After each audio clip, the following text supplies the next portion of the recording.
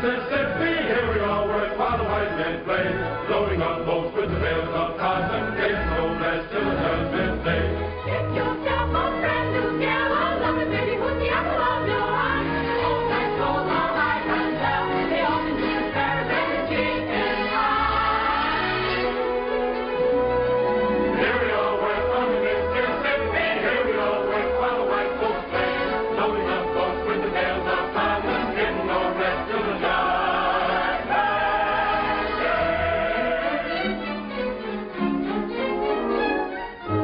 What pretty babies are there the fairest of the fair, to southern beauty every foe must bow.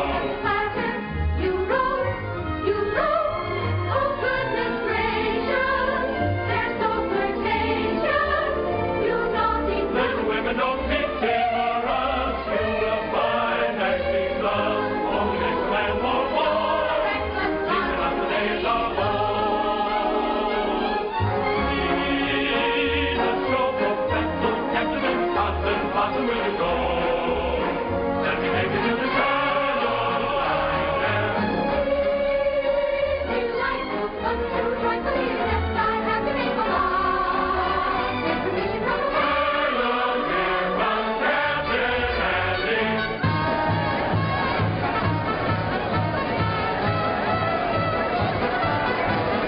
I have got such a wonderful show with the greatest of dramas and jolly comedies. Stephen Baker, the handsomest leading man, and beautiful Julie LaVerne as well. Captain Blossom, Captain Andy's floating show. Thrills and laughter, concert after, everybody's sure to go. Captain Blossom, Captain Andy's floating show. Thrills and laughter, concert after, yes,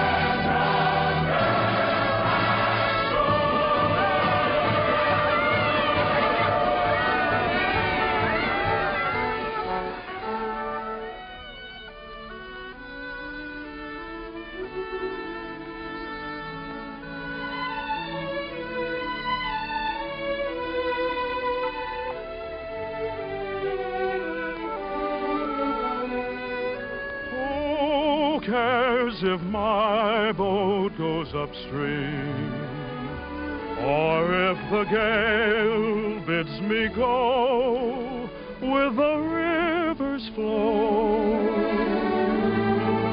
I drift along with my fancy. Sometimes I thank my lucky stars. My heart is free, and other times I wonder, where's the mate for me? Hello. How do you do? Are you an actress? Oh, no, but I'd give anything if I could be. Why? Well, because you can make believe so many wonderful things that never happen in real life. Well, if you like to make believe one thing, why can't we make believe we know each other?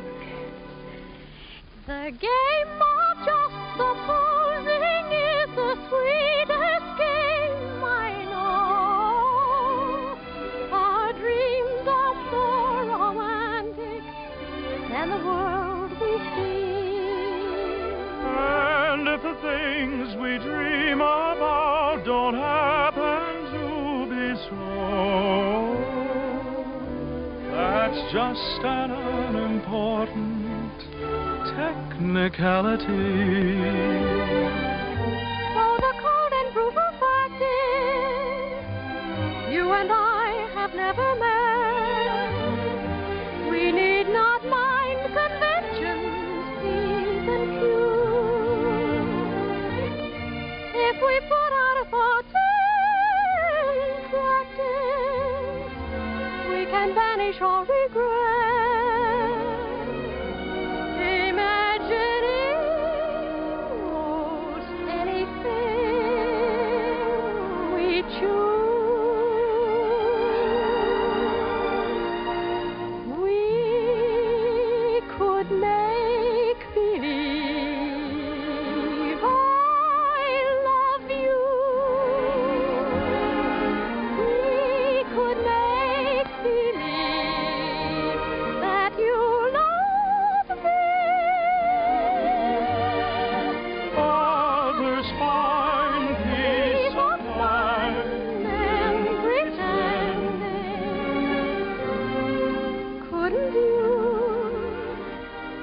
couldn't I? Couldn't we? Make believe our lips are blending in a phantom kiss, or two or three.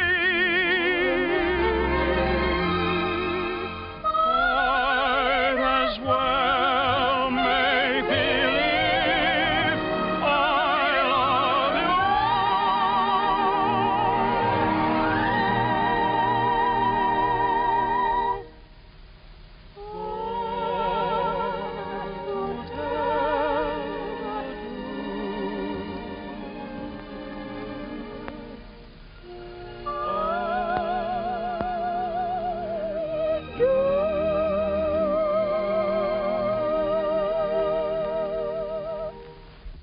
Magnolia? Yes, Mother. Goodbye. I hope I see you again.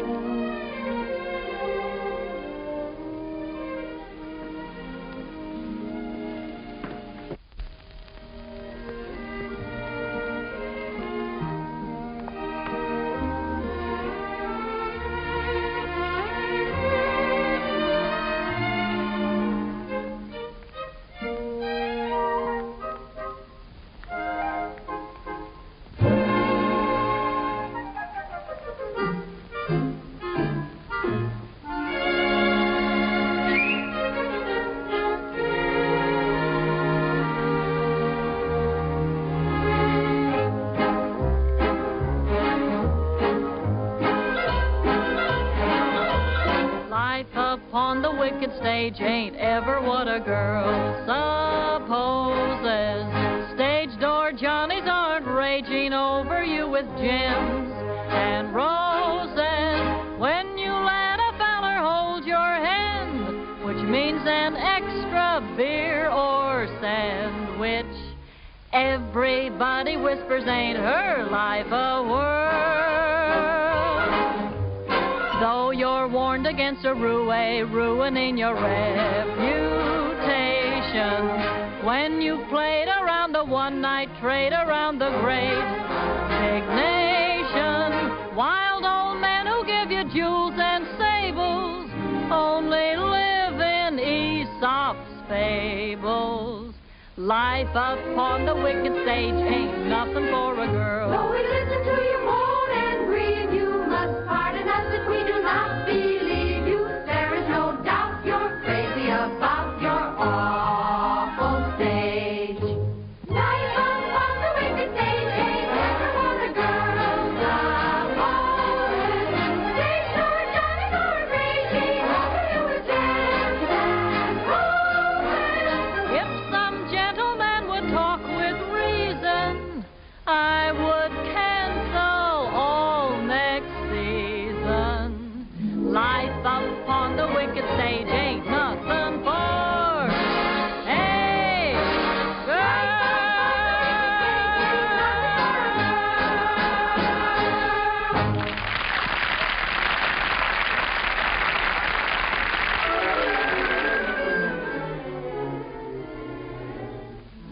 Oh, listen, sister, I love my Mr. Man, and I can't tell you why. There ain't no reason for me to love that man.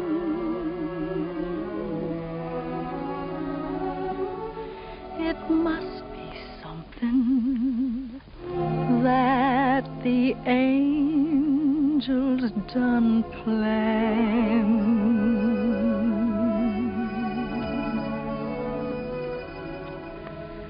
Fish gotta swim, birds gotta fly. I gotta love one man till I die.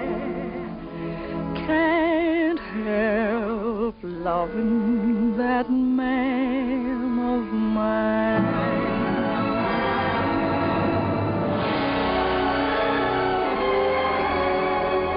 Tell me he's lazy, tell me he's slow, tell me I'm crazy, maybe I know. Can't help loving that man of mine.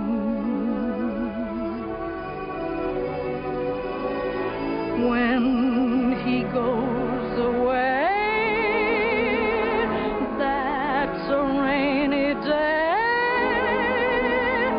But when he comes back, that day is fine.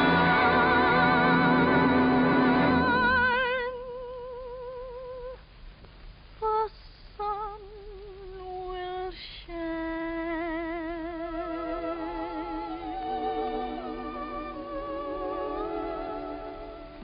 He can come home as late as can be. Home without him ain't no home to me. Can't help loving that man of mine.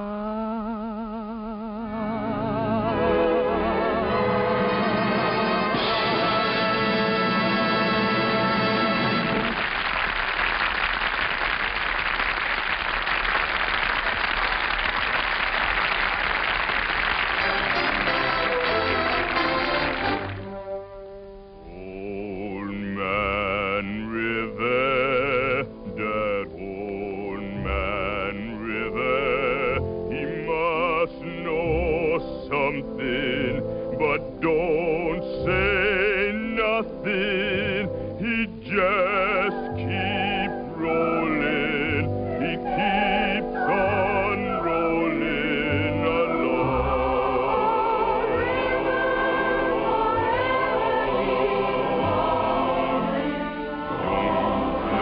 Potatoes, he don't plant cotton, and them that plant them, it's not for cotton, but old man River, he just keeps rolling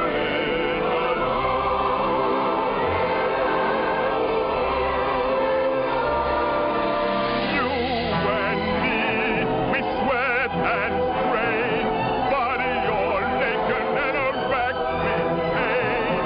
Open that heart, lift that veil, hit a little rock, and we land in death. Forget weary and sick of crying. I'm tired of living and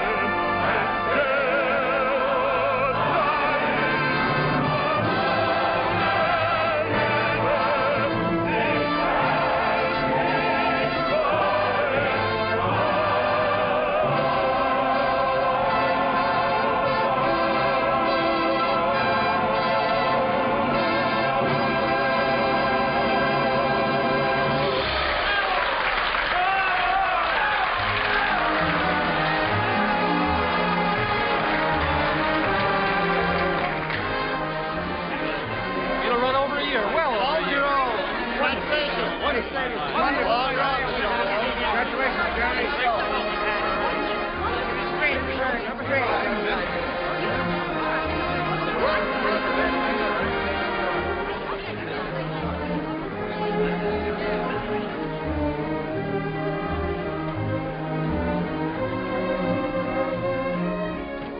That was a swell show, Mr. Kern. Well, thank you, Joe. Where to? The Waldorf, Mr. Kern? What was that, Joe? That big shindig you're throwing for you. It's down at the Waldorf, ain't it, Mr. Kine? Yes. But first I'd like to stop off at the house of an old friend. Yes, sir. Just for a moment, Joe. Turn right at the next crossing. It's not very far. I'm looking for an old brownstone house. It was the home of a very great and good friend. Tonight during the show, I couldn't seem to get him off my mind. Yes, sir. And I'd like to be alone for a few minutes, Joe, before we go down to the Waldorf and face that crowd. Oh, I get you. It's like a minute of silence, something like that, huh? Yes, Joe, something like that. Here, stop here, Joe. Here at the corner? In front of that radio shop. Oh, there it is. See? You mean that lodging house sandwiched in there? Mm-hmm. Well, of course, it didn't have that room to let sign in the window then. And other than that, it hasn't changed very much. Well, the street has changed. Changed quite a bit since I first walked down it years ago. Joe, you notice this radio shop? Well, that was a bicycle shop the first time I ever saw it. I remember the day very well. It was spring, and I might have been any American kid coming down that street. I had a song under my arm, my hopes were high, and the world was wonderful. I was ambitious, and I was eager, but I needed a little help. I'd been told that the best man to give it to me was a man by the name of Hessler, James Hessler.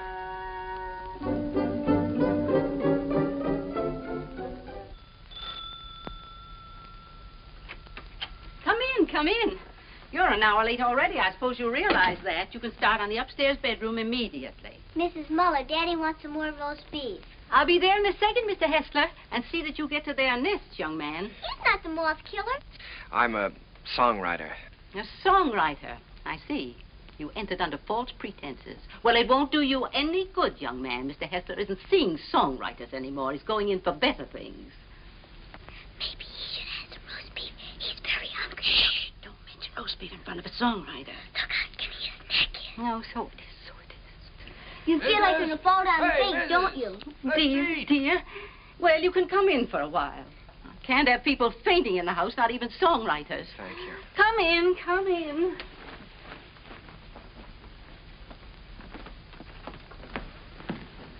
Daddy, he's starving to death. Mr. Hessler. Mr. Max. Yes, I know. Mr. Max Dreyfus of the Harms Company sent you. Written a little tune. He thinks it has possibilities if it's properly arranged. I'm to help you arrange it. Look how skinny his neck is, Daddy. Why, he said that, He told you that I was the greatest arranger in America, and I should give you a few lessons.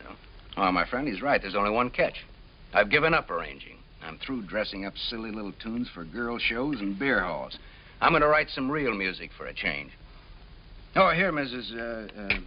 Set it down here. The trouble with you songwriters is all you ever think about is making money.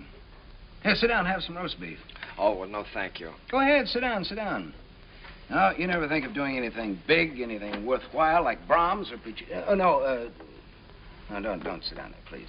It's Mrs. Hessler's place, Rester, so we always keep it set for her. Oh, I'm sorry. Yeah, sit down here. No, all you fellas want to do is write sugary little tunes and make a lot of money. Did you ever hear Beethoven's Eroica? Or Mozart's Jupiter? Didn't they do something to you? Great heavens, doesn't genius touch you fellas at all? Daddy's a genius. Yes, Daddy's a genius. No, my friend, in 3 weeks I'm going to England where I can work. I can have some peace and quiet. No mushy little melodies to be fancied up for public consumption. I'm going to write a symphony. Daddy's going to write an opera just for me. Here, go ahead, eat up. Maybe it'll give you some gumption. Well, I'm terribly sorry, Mr. Hessler. I had a big lunch with Mr. Dreyfus just before I left. It was roast beef, too. Yeah, well, Oh, what's the matter? Just because you're not hungry, you don't have to go, do you? Have some brandy with me. Help me celebrate my liberation from mediocrity. Mrs., get a couple of liqueur glasses, will you? Sally, will you show the gentleman into the parlor?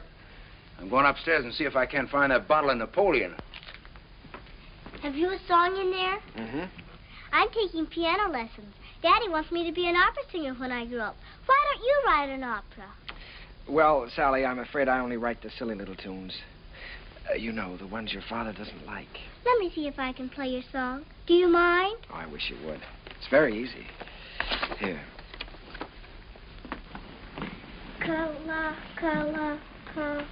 What's the name of the song? Kahlua. That's a funny name. Sounds like candy, like gumdrops. Well, it's the name of a very romantic beach in Hawaii, Sally. No, that's B. B natural. Here, let me show you. Now, here's the melody. Should be played with clarinets. Oh, no. Wait a minute. No, that's not right. You've got to use clarinets to play the vamp. Oh, I was thinking of using brass there. Brass and spoil your finish? Good heavens, man. You've always got to save the brass for the finish. Oh. Well, what do you think? I know. This is a romantic song. Sit down. It's sentimental. You've got to start the melody off with your strings. Divisa. Here, I'll show you. Start that vamp again, Sally. It's perfect for clarinet, see? Now, then the strings enter. Divisa. Did you hear how wonderful that is?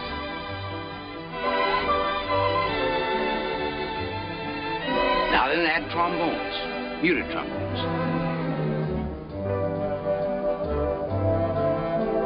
That's great. Can't you just hear that? Sally?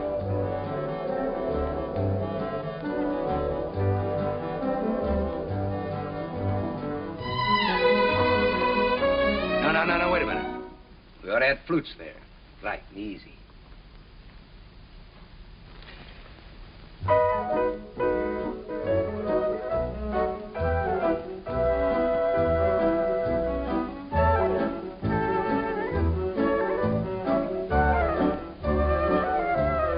Now then add your brass. Your strings, too.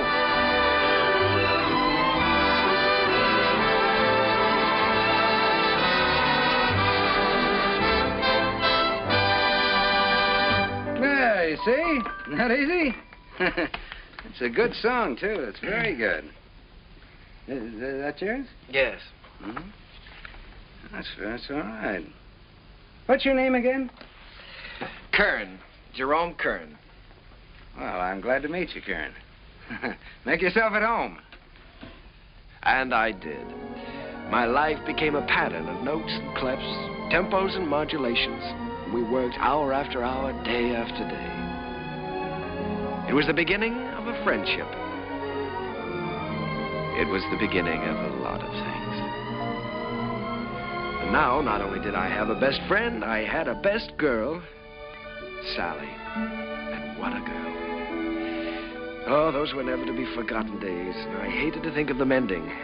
But at last the time came when Jim had to leave for England. Oh, here, Jim, let me help you. Oh, it's those symphonies of yours. They're as heavy and bulky as lead. Nice they're not tinny like some tunes I've heard. Oh, Sally, honey, come here. All right, here we go. Fortissimo. Dum-da-da-dum-da-dum. Fum. Got it. Oh, you carry a lot of weight, Sally. It was easy. Come along, Sally. At least we're not going to miss the boat. Goodbye, Mr. Kern. Goodbye, Mrs. Goodbye, Sally. Bon voyage. What does that mean? Happy journey. Bye, Uncle Jerry. Be a good boy. This will be the end of it, boys. Don't forget to pack my song, Daddy. No, I'm good. She means Kahlua. Oh, that is her song, Jim. You know, if it hadn't been for Sally, I wouldn't be here now. Well, she's very fond of you, Jerry. I'm going to miss her. I'm going to miss all of you. Well, we may not be gone so long. It all depends on... You won't mind living here alone, will you? Oh, no, I'll get used to it. Jim, in case I don't get a chance at the boat, I just wanted to tell you that... Oh, forget it. I like arranging now that I'm through with it. I'm glad to have been some help. No, it's more than that. It's been your kindness and your home here. Look, Jerry, I just want you to write some good music, some real music. That's all the thanks I want. Don't waste your time fussing with those wheezy little tunes. Think big. Try to be somebody. I will, Jim. I'll try to be as big as I can. Yeah, good. That's fine. Well, we better be on our way.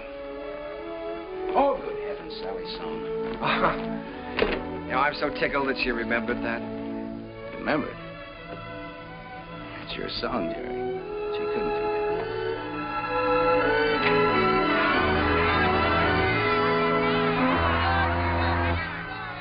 I stood there watching that boat pull out of the harbor, and I was lonelier than I'd ever been in my life. I walked through the days that followed, from office to office, theater to theater, always getting the same discouraging answer. The big hits were all English or European, and the local talent just didn't seem to have a chance. Broadway was closed to an American. From 23rd Street to Times Square, they were all playing Follow the Leader. And the leader was Charles Frohman. A moment. He's with Keller. Cecil Keller, the English composer. Mr. Frohman's not interested in American songs at the moment. He's leaving for England in a few weeks. Good day. How do you do? My name is Kern, Jerome Kern. Oh, yes. How do you do, sir? I see you have the deeds with you. Mr. Frohman's very anxious to see them. Deeds? You're the man from the real estate office, aren't you? No, I'm a songwriter. These are some of my songs. Your name isn't Kernan? No, Kern. Jerome Kern. I'm sorry. Mr. Frohman hasn't a minute to waste. I'm afraid I must say good day. Well, now, maybe if he'd listened to one of my songs, I have one that could be made very English. Good day, sir. Goodbye, Mr. Frohman. Goodbye, Mr. Keller. I'll see you in London soon. I'll call you when I get there. Thank you. I'll be waiting for your call.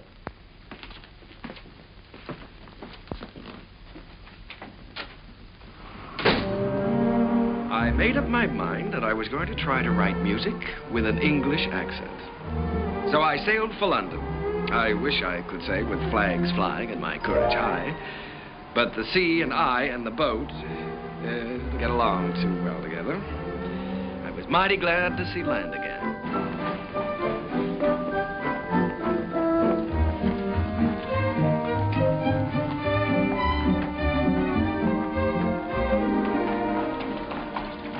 Excuse me, could you tell me where Mr. Hessler lives? Hessler?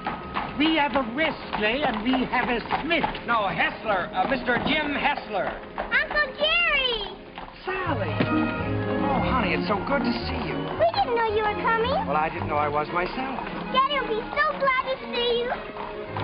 Come on, we live right over there. All right. Sally, you're getting prettier every day. I have a new music teacher. Yeah. Well, the tables are turned. American songwriter invades England.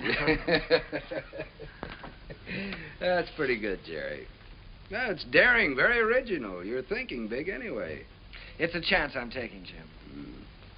Say, you've gotten a little skin here, haven't you? Hmm? I haven't been getting enough roast beef lately, I guess.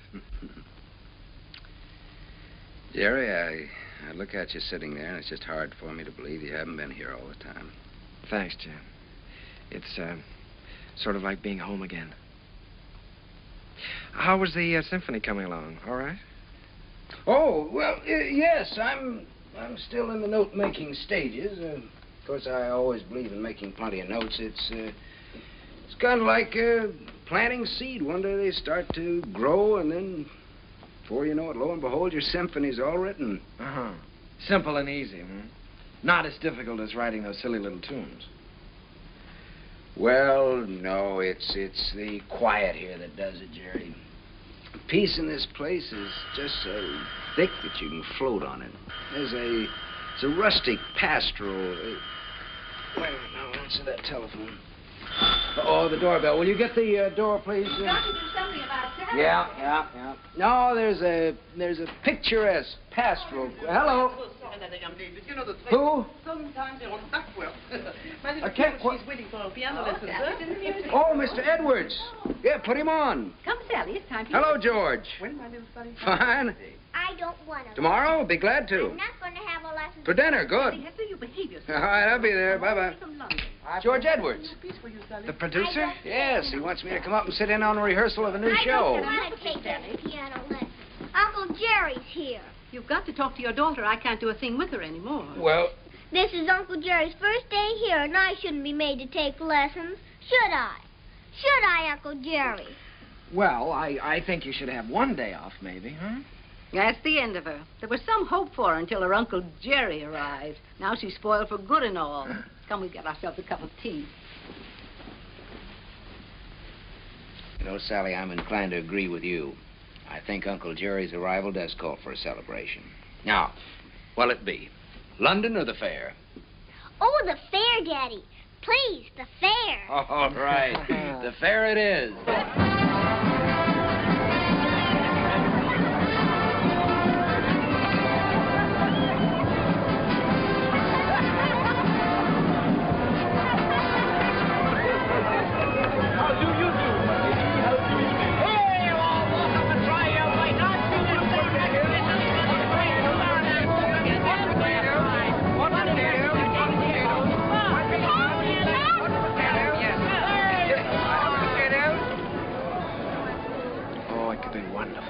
Could be wonderful.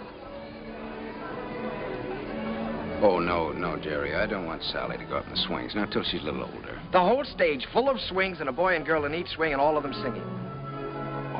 Oh, you mean for a production number? Yeah.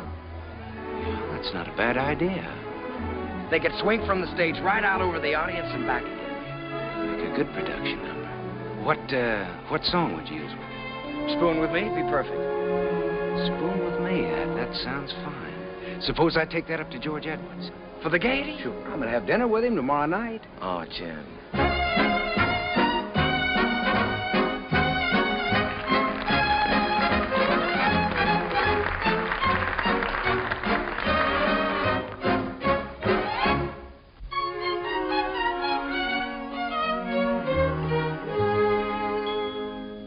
I don't know why I am so very shy. I always was demure. I never knew what silly lovers do. No flirting I'd endure. In all my life I never kissed a man. I never winked my eye. But now at last I'm going to break the ice. So how'd you like to try? How'd you like to spoon with me? I liked. How'd you like to spoon with me? Well, rather. Sit beneath an oak tree, large and shady. Call me little Tootsie, Woodsy, baby. How'd you like to hug and squeeze? Indeed, I would. Dangle me upon your knee. If I could. How'd you like to be my lovely daisy? How'd you like to spoon with me? What a daisy.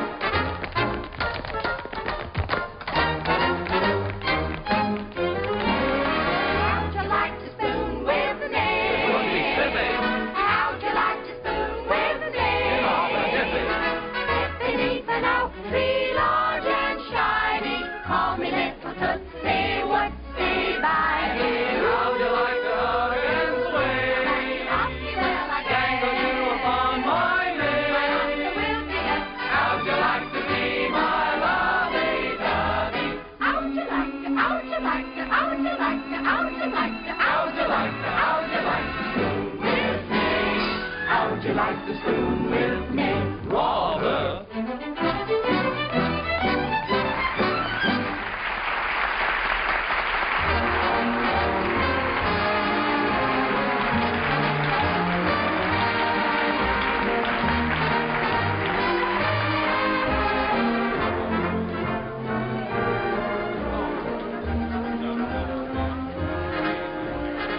Pardon me for intruding.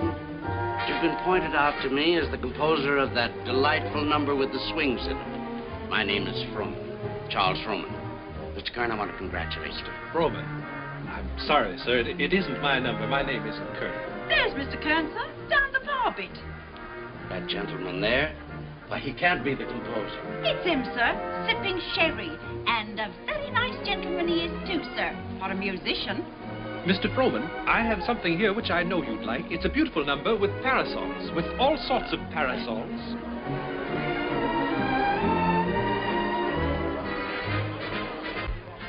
Mr. Kern? Oh, Mr. Froman, how do you do? I'm very glad to know you. Mr. Kern, I want to tell you I think your swing number is delightful. It has such beautiful English charm to it, really delightful. Oh, by Jove, Mr. Froman, that's rather nice of you. It's a pleasure to know you, Mr. Kern. You know, you fellas over here have a style all your own. As English as the scent of the May blossoms. Would you join me in a glass of sherry? Righto. Miss.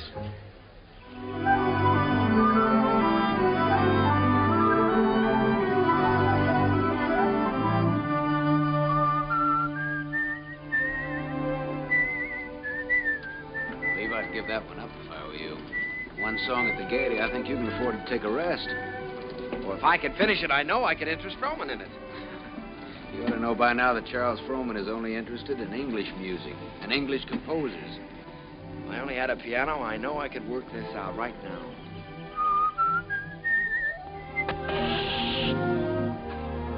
Flat. Well, it looks like you do have a little work to do. That town we passed wasn't very far back, was it? No, not very. Well, let me take your bike, and I'll go back and see if I can borrow a repair kit. No, I think I'd better go. I can talk with the natives better than you can. Well, let me do it. I can use my accent on them. That's just what I was afraid of. No, you wait here and whistle yourself a little tune till I come back. Make sure you can find this place again. I'll find it.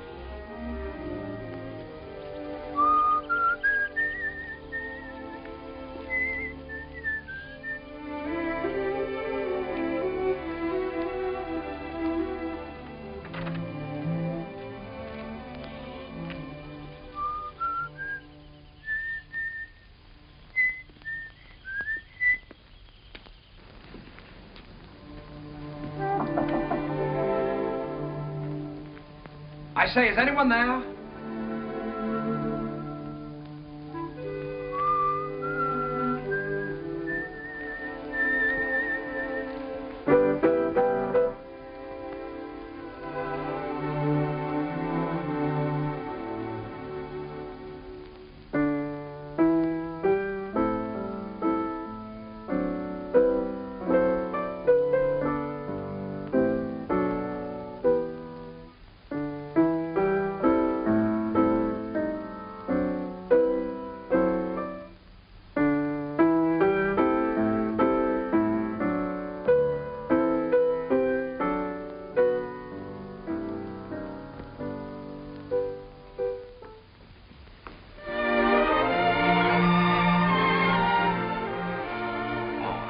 How do you do?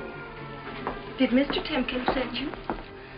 Well, I was passing by on my bike, and I got a flat tire, and, well, then you don't work for Mr. Timkins. No, I happened to notice your piano through the window, so I thought I'd come in and try out a little tune.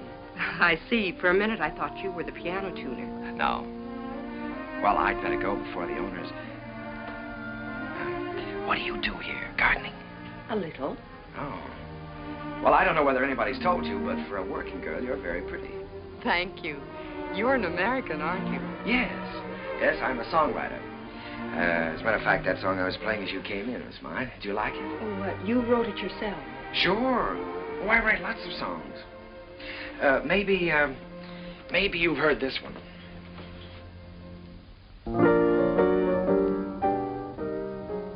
Why, that's from the Gaieties. Everybody's singing it. Uh-huh. Now, this is the one I was working on.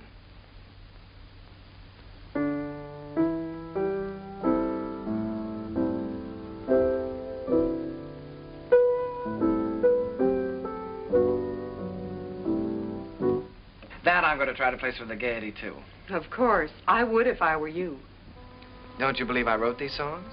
Tell me, when you compose, do you always break into people's houses to borrow their pianos? No. All right, I'll tell you what I'll do. If I place this with the Gaiety, I'll send you tickets and you can come and see for yourself. Will you? I'll tell you when I get the tickets. I beg your pardon, miss, but your mother would like to speak to you. She's in the upstairs sitting room. Thank you, Katie. I'll be right up. Well, I'm terribly sorry. But I still wrote those songs. And I'll still be waiting for the tickets. Will you? Wonderful. I won't forget.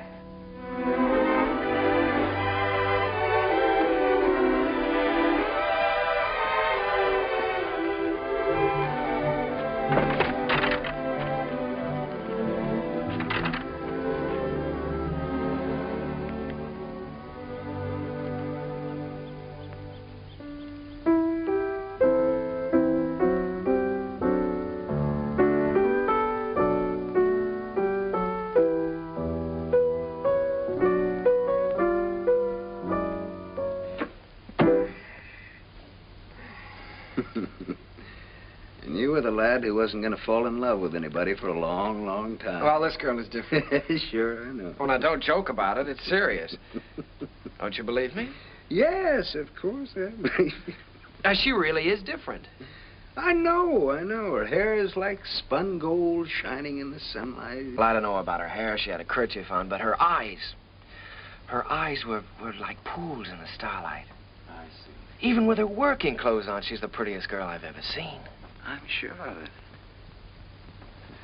Seriously, Jim, don't you believe me? Yes, Jerry, I believe you. It's spring, isn't it? And tomorrow morning, I think I'm going to give you a great big dose of sulfur and molasses. Good night.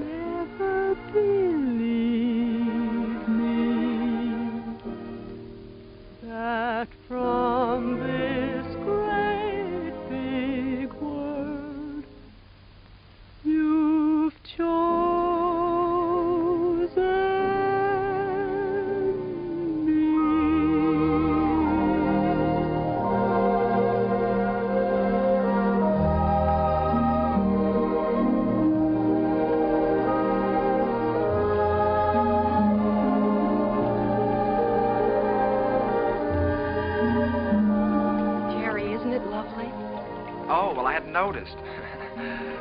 When I look at you, I can't seem to see anything else. Oh, writing songs again. Perhaps we better stop and have lunch. All right. You can move in under those trees there. Isn't it a beautiful day? Beautiful. Now, let's see. You've seen Westminster Abbey and the Tower of London, and you've seen Buckingham Palace and Hampton Court. Maybe there's something I can tell you about this place. Eva, let's drop the history course for a while. Do you mind? Not that it isn't interesting, but, well, there are a few things I'd like to know about you, too. Well, all right. What would you like to know about me? Oh, just the ordinary things. Things you like and things you don't like. And where you went to school and who was your first beau and, oh, what you want out of life. That's a tall order. Where shall I start? The things you like.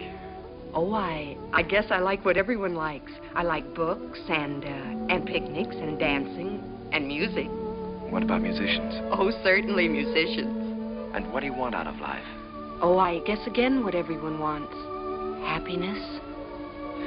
Have you ever given any thought to getting married? Why, of course. Doesn't everyone? Are you set on any particular type of man? I have been at different times. When I was 16, I desperately wanted to marry the star cricket player at rugby. And now? Now? Oh, now I don't really know. Except that he must have a sense of humor, and he must be kind, and he must be intelligent and good company. And of course, he must love me very much. Well, I know somebody with at least one of those characteristics. Someday I'll tell you all about it. Oh, good afternoon, good afternoon, good afternoon. And how have you been this afternoon? Well, I'll tell you how I've been. I've been looking Never mind, never mind. You feel wonderful. You feel great. How could you be otherwise after such a beautiful day? Tell me, my friend, how is your knowledge of English history? English history? Did you know that London happens to be the largest city in the world? Yes, I know that. Did you know that within the county of London there are 14 road bridges that cross the Thames? Now, there's the Waterloo. There's You don't say. Sounds dull, huh? Well, it's far from dull, my friend, when your history teacher is as beautiful as all the sirens of history put together. Did you know that all the swans on the Thames belong to the King of England? No, fancy that. And the male swan is called a cob. Well, what does that get? And did you know that when you walk into Hampton Court, you're walking right straight into history? Oh, my dear friend, you have so many things to learn about England. Have you ever heard of a man named Charles Frohman? Frohman. Well, now that's a familiar name. The face escapes me. How can you talk about Frohman when I'm talking about love? Oh, so that's been the theme of this little dissertation. Yeah. Well, I'm glad you informed me. Oh, that's all right. Because the next time Frohman's office calls, I'll tell him that you're too busy to be bothered. Yes, you tell them that I'm too busy.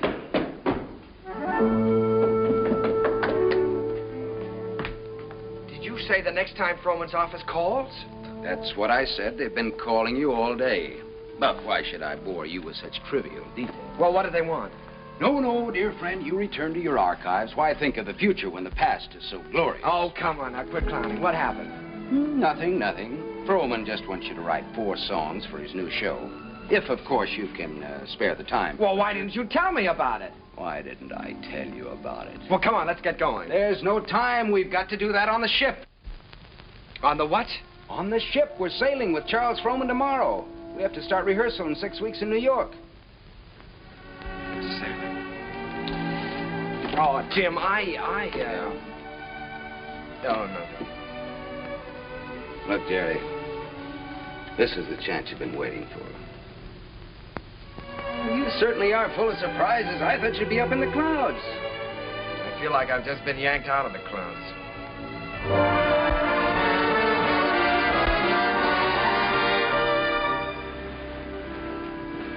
Jerry, aren't you coming down for lunch? No, Jim, I'm not very hungry. Now, look, you've got to snap out of this. It isn't the end of the world, it's the beginning.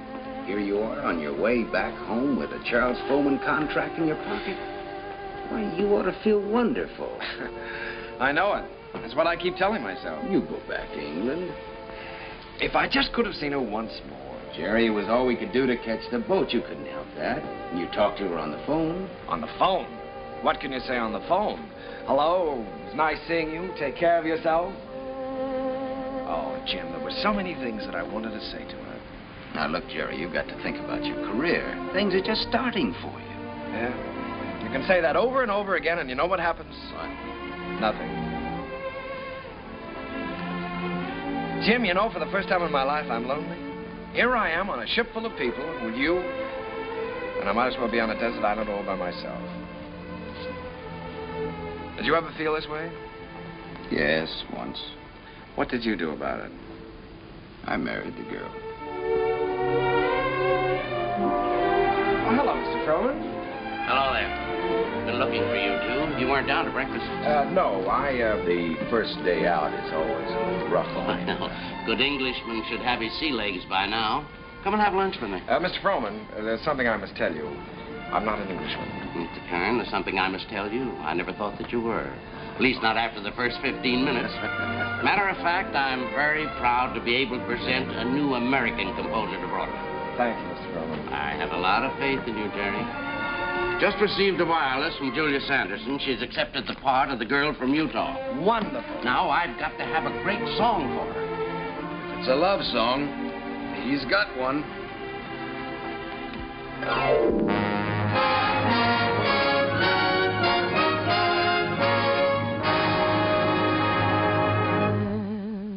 When I told them how wonderful you are,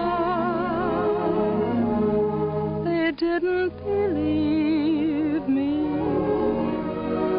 They didn't believe me. Your lips, your eyes, your teeth, your hair are in a class beyond compare. You're the handsomest boy that one could see. And when I tell them, and I'm certainly gonna tell them,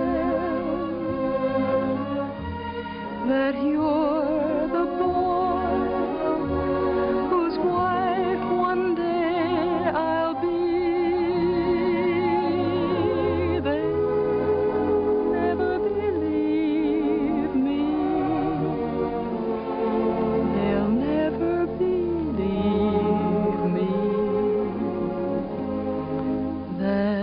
From this great big world, you've chosen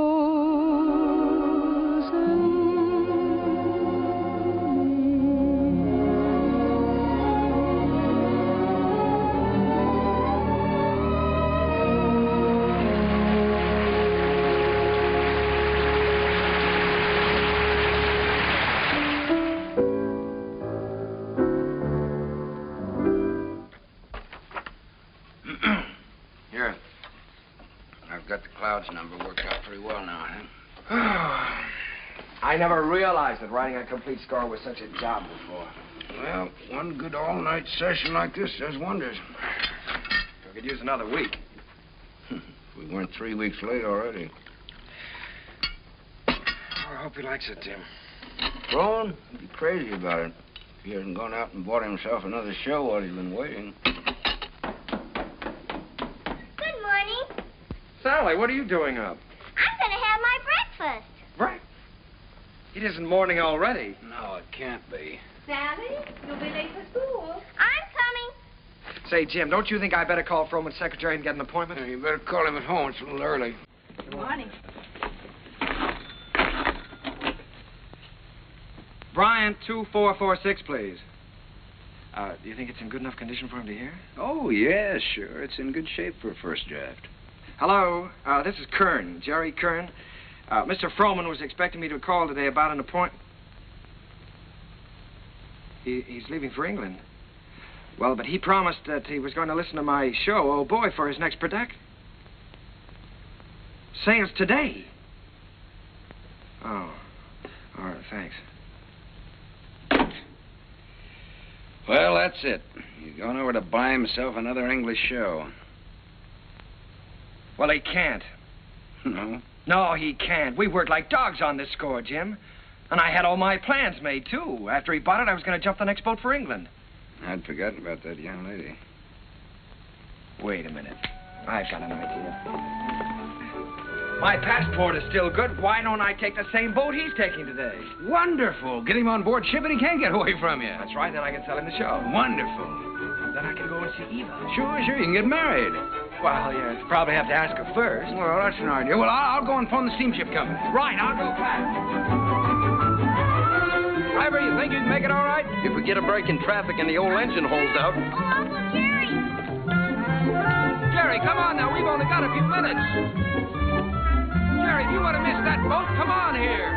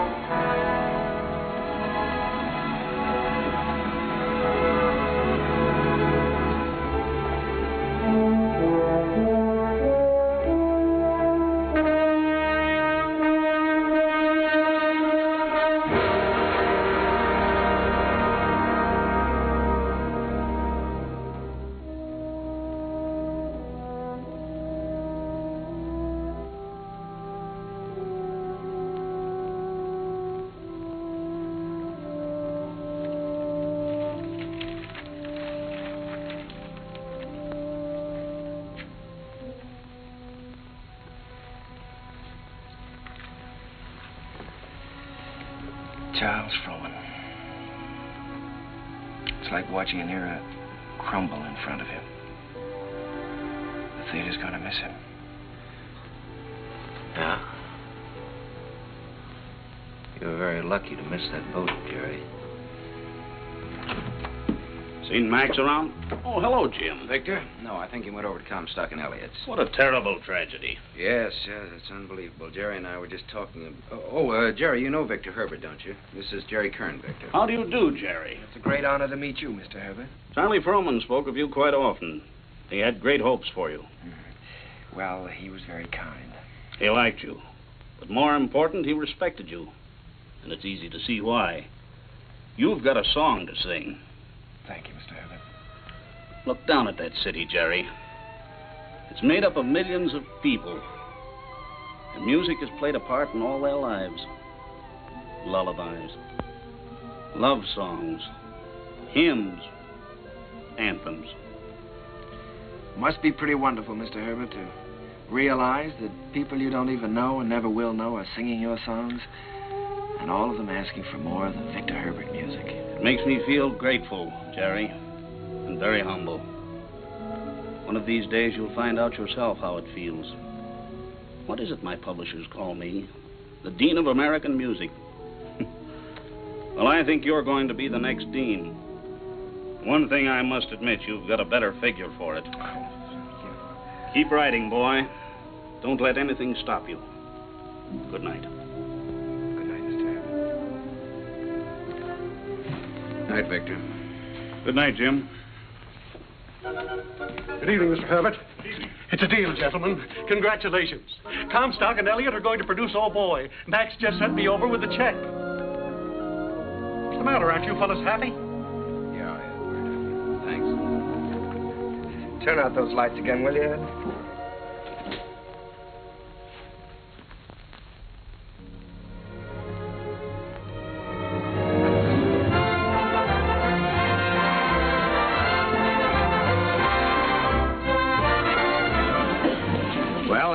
Lights. How does it feel? Well, it feels pretty good. If I could just get rid of some of these butterflies in my stomach. How do you feel? Well, I've got a little butterfly trouble myself. I suppose you think we're standing in front of the theater on 39th and Broadway. No, what do you take me for? This isn't 39th and Broadway. This is the top of the world. Pretty nice world, isn't it? Yeah, it's great. It's wonderful what a difference seeing your name in lights can make, isn't it? Come on, we better go in or we'll miss the show.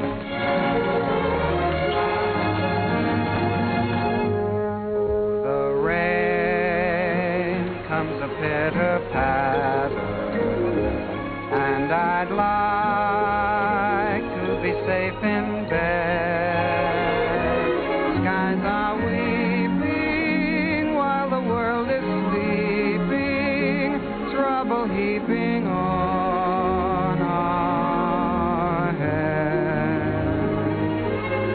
It is vain to remain and chat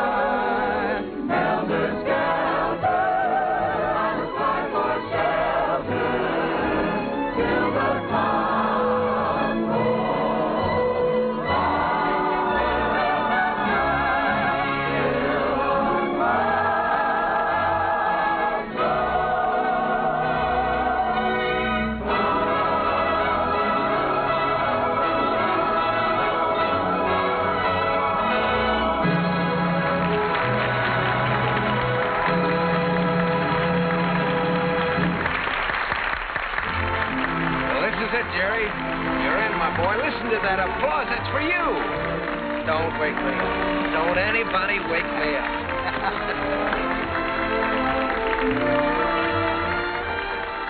Figured out how you're going to spend your money yet? Well, for one thing, I think I'll buy an interest in Harms. For another... You think you might take a little ocean voyage? Well, good luck.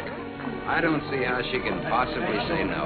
Oh, that's what I'm worried about. I'm afraid she is going to say no, Jim. You know, I can't get her out of my mind. She's...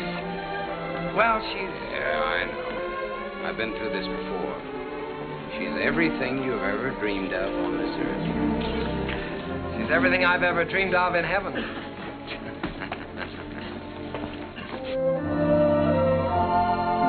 Oh, Jerry, let's stop here, shall we? All right.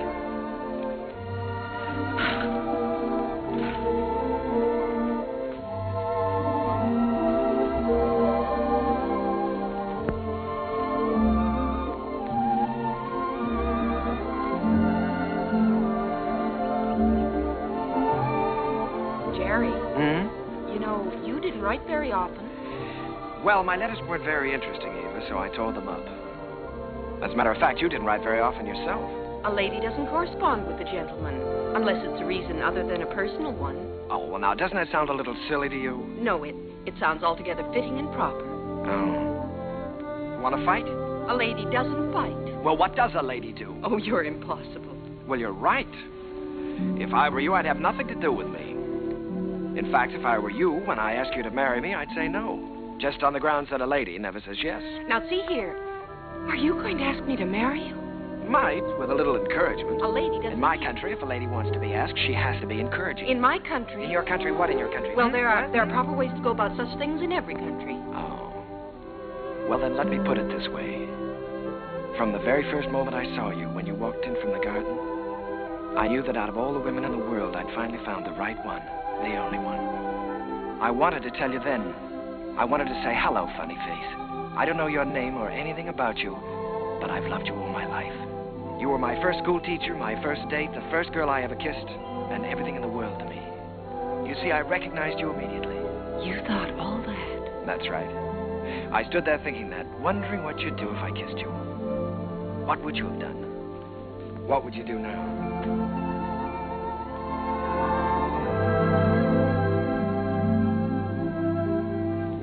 Will you marry me, Eva? Thank you so much. I'd love to. Hello, Mrs. Kern. Hello, my darling.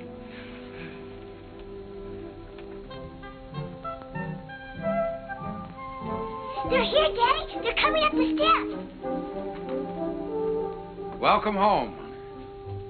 Jim! What, you old fox, you really did it this time. Nothing, my boy, nothing, just a little gesture. Jim,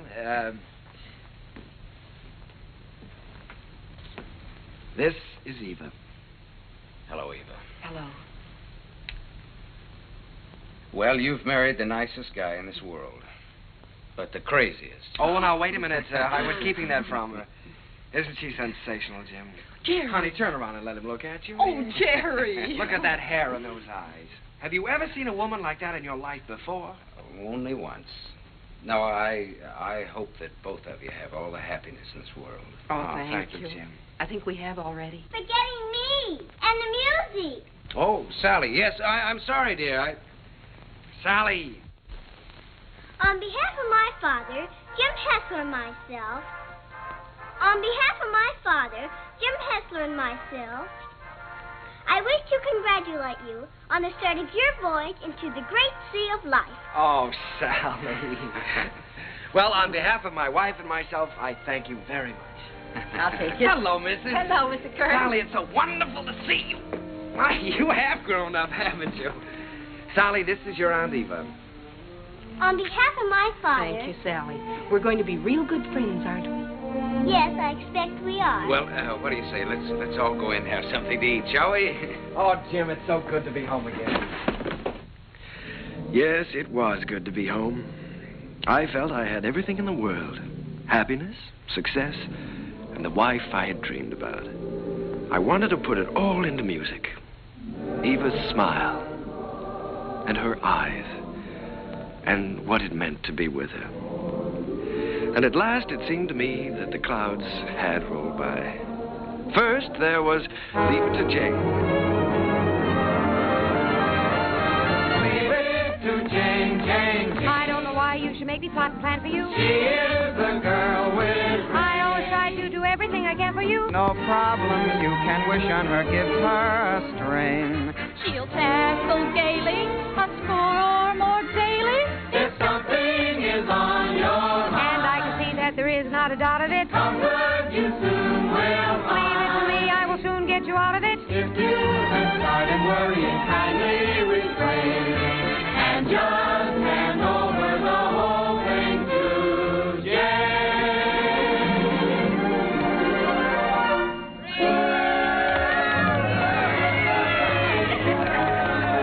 Well, Jane, why don't you tell us how you do it? Yeah, come on, Jane, tell us. Oh, but it's really very simple. I just study up on the famous women of history. You mean like Lucretia Borgia? Well, no, not exactly. Listen. In days of old, beside the Nile, a famous queen there dwelt. Her clothes were few, but full of style, her figure slim and svelte. On every man that wandered by, she pulled the seat of Bara.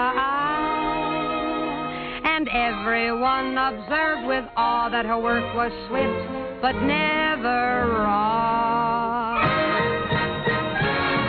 I'd be like Cleopatra if I could have my way. Each man she met, she wed and kissed, and she dozens on her waiting list. I wish that I had lived there beside the pyramid.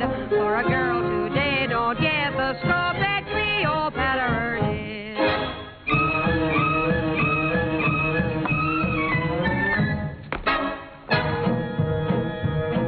She danced new dances now and then, the sort that make you blush. Each time she did them, scores of men got injured in the rush. They'd stand there gaping in a line and watch her agitate her spine. It simply used to knock them flat when she went like this and then like that. At dancing, Cleopatra was always on the spot. She gave those poor Egyptian kings something else to watch besides the Sphinx. Mark Antony admitted that what first made him skid was the wibbly wobbly wibbly dance that Cleopatra did.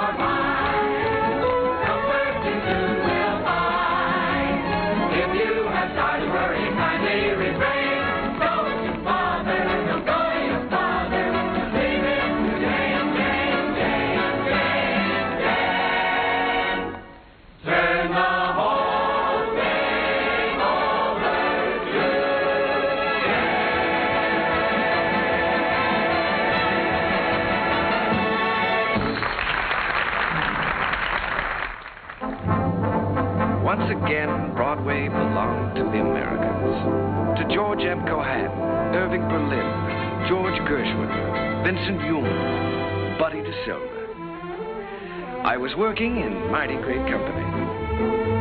And in one of my own shows, Sally, I was fortunate enough to have the reigning queen of the era, the wistful, lovely, unforgettable Marilyn Miller.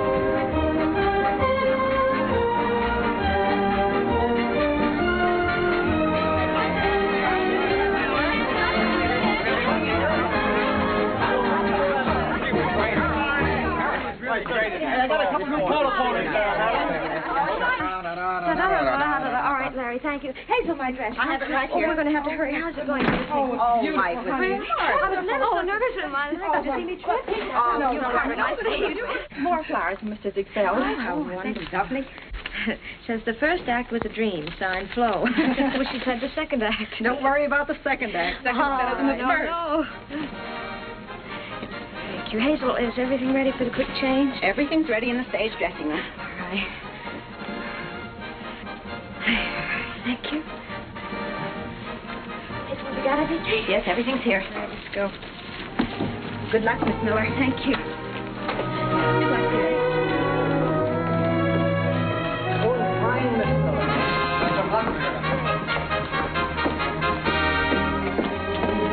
Keep it up, Marilyn. Keep your fingers crossed, Johnny. You bet. Oh, here you are, Miss Miller. Everything is ready. Here you are, Miss Miller. I got it nice and warm for you. Put it right here. You got everything?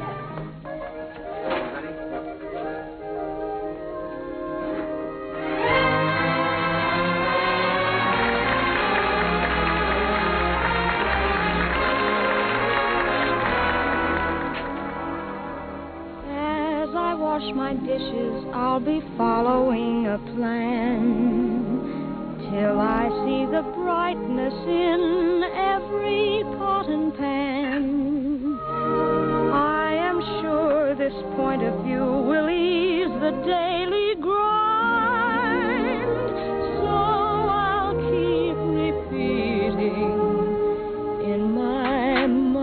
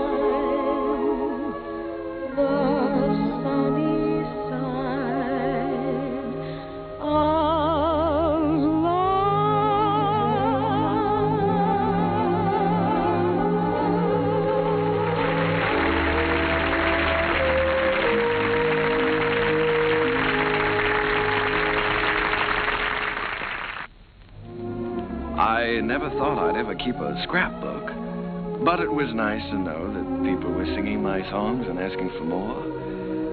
Night Boat, Good Morning Dearie, The Ziegfeld Follies.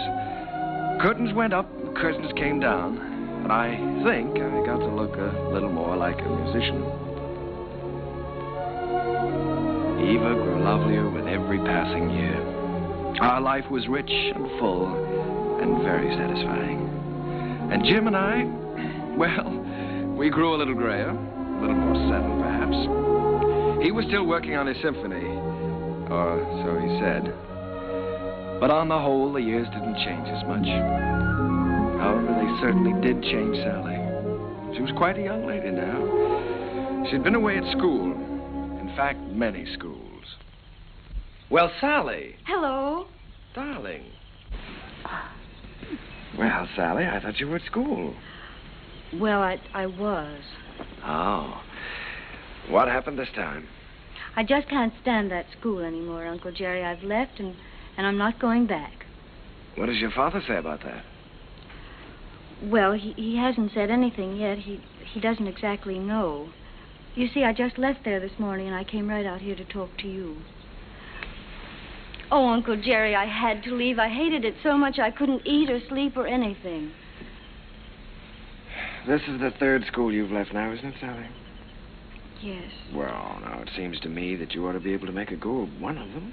Oh, I just don't seem to fit in very well. The kids all seem so... Oh, I don't know. All they're interested in are parties and clothes.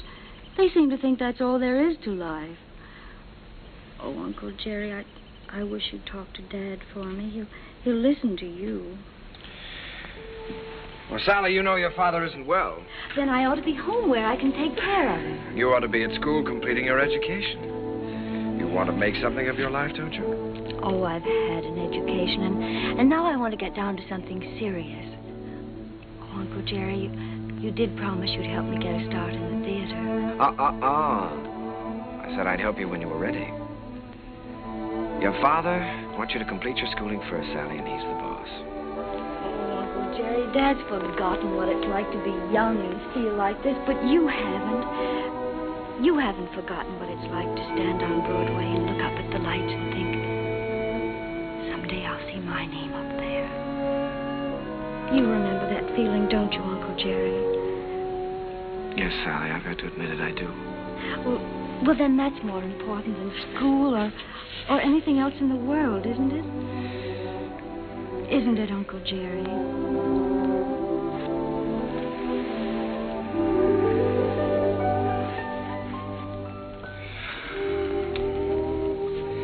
It's the third time, Jerry. Yes, I know. Maybe we shouldn't have made her go back before. After all, if she hates it so much... Oh, Jerry, you can't keep on running away from things all your life. It's time Sally found that out. Well, you can't live another person's life for them either, Jim. It isn't fair. Sally's grown up now, and I think she ought to be allowed to do what she wants to do. I want her to finish her education and get a chance to finish mine. I always said that any kid of mine was going to get the right start in life. Well, what's right for one person isn't always right for another, Jim. You know that. Jerry, the trouble with that girl is she's just plain stage-struck. She comes by that honestly enough, doesn't she? Remember how we used to pound the sidewalks and knock on doors? Nobody could stop us. Goodness only knows enough people tried to. Remember how thrilled we were when we finally realized we were in? So what right have you or I to interfere with Sally? Yeah. Well, what are we going to do, Jerry? I'd give her a part in Sunny. So cast. Part of Gwen hasn't been cast yet? Gwen, well, it's only one line. Gwen is going to have a song. The doctor's here, Mr. Hessler. Oh, fine, Miss. Doctor, I'll be with you upstairs in just a minute. Good evening, Mr. Kern. Hello, Doctor. You know, when you get to be my age, you start collecting pills. Well, Jerry, I hope that works out all right.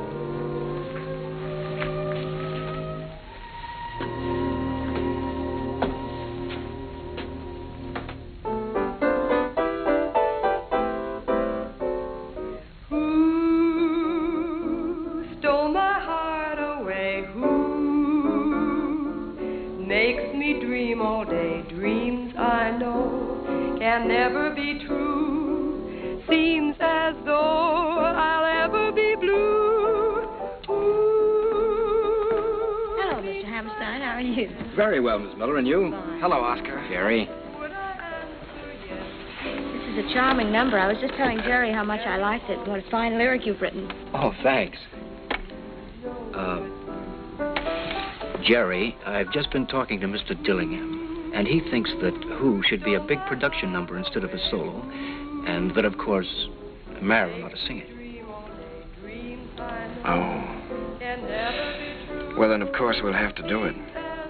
It puts me in rather a tough position, though, Oscar. After all, I did write it for Sally.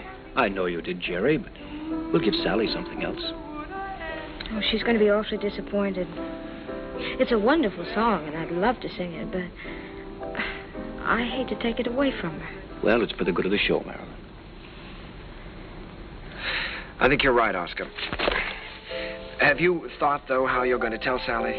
It's not going to be easy. Oh, I thought you should tell her, Jerry. Oh, I was afraid you would. Well, after all, you know her so well, it shouldn't be too difficult. Well, it would be a lot easier if I didn't know her so well. Would you like me to tell her? I'm sure she'll understand. Would you do that, Marilyn? Certainly. Ask her to meet me in my dressing room. And don't worry. Thank you, darling. But Uncle Jerry wrote that song for me. I know. And I know how disappointed you must be, too. But, Sally, disappointments are part of the theater, and you've got to be able to take them. Well, the very same thing happened to me in my first show. I had to give up my song to the star. I think I felt pretty much as you're feeling right now. Then I think it's a pretty low, miserable trick for you to pull on someone else.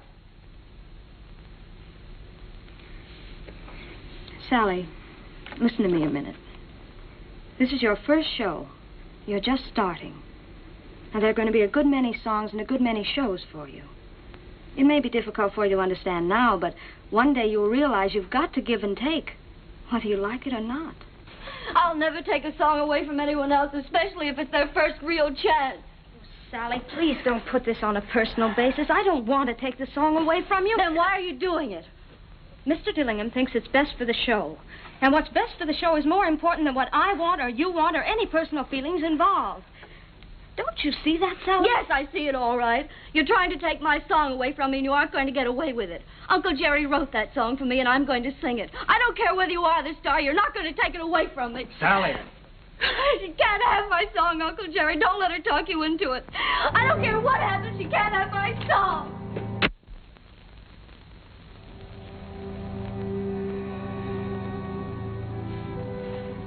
I'm sorry, Jerry.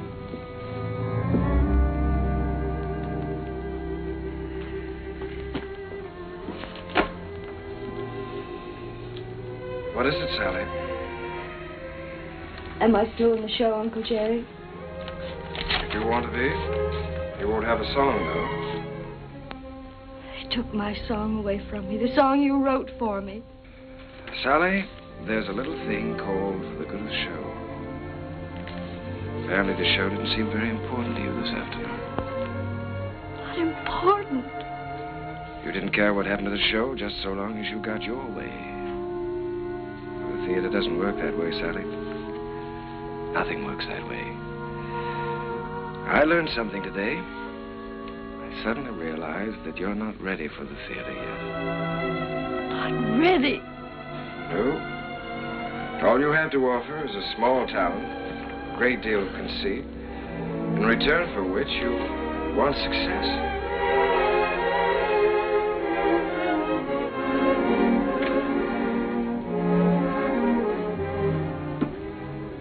Sally, I've known you and loved you ever since you were a little girl.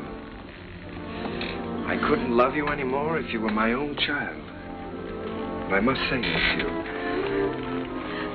You're not going to get anywhere in this life by using people. And until you realize that, you're not going to have the respect of anyone. Sally, I'm ashamed of you.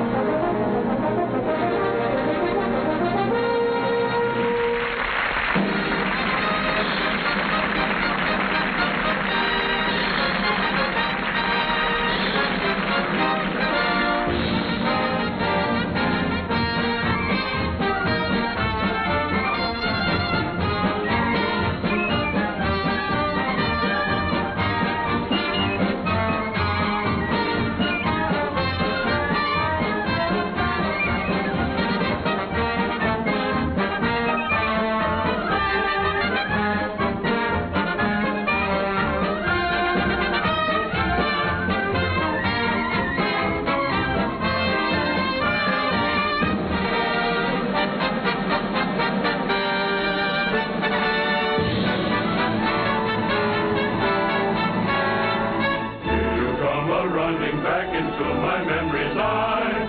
Little playmate was my game mate in the day gone by. Ragged dresses, tangled tresses flying o'er the hill. Heaven bless us, you know that's the Sheriff Jackson still. You funny little willow, that describes her to a T. She is full of fun, he named the lady perfectly. She is bright and sunny.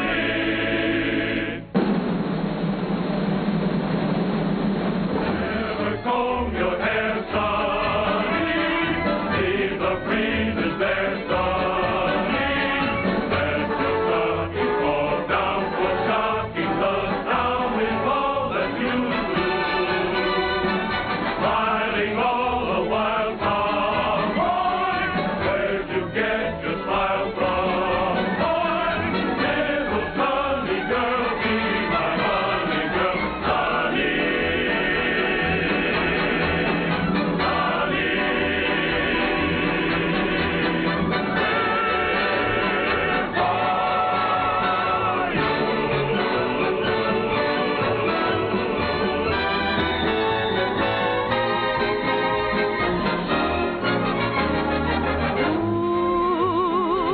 Stole my heart away. Ooh, makes me dream all day. Dreams I know can never come true. Seems as though I'll ever be blue. Means my happiness too. Would I answer yes to? Well, you ought to guess who. No one but you.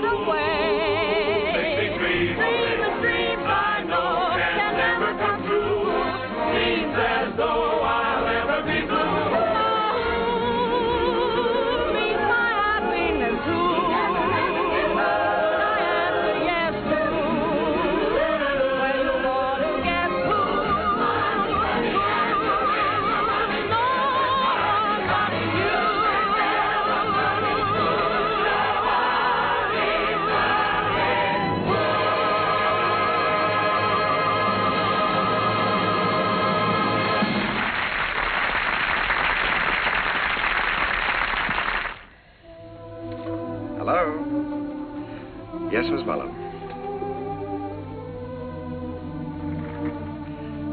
You sent for the doctor?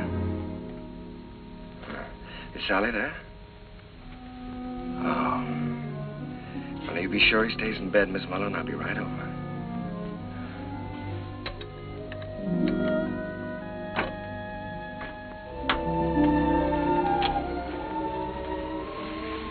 The doctor get here?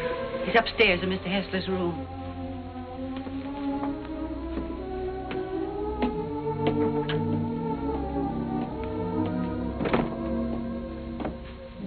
It's his heart.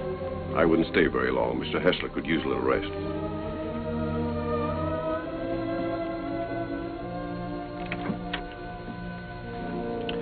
Well, good evening, Jim. Oh, Jerry. We missed you at the theater tonight. How are you? Sally's gone, Jerry.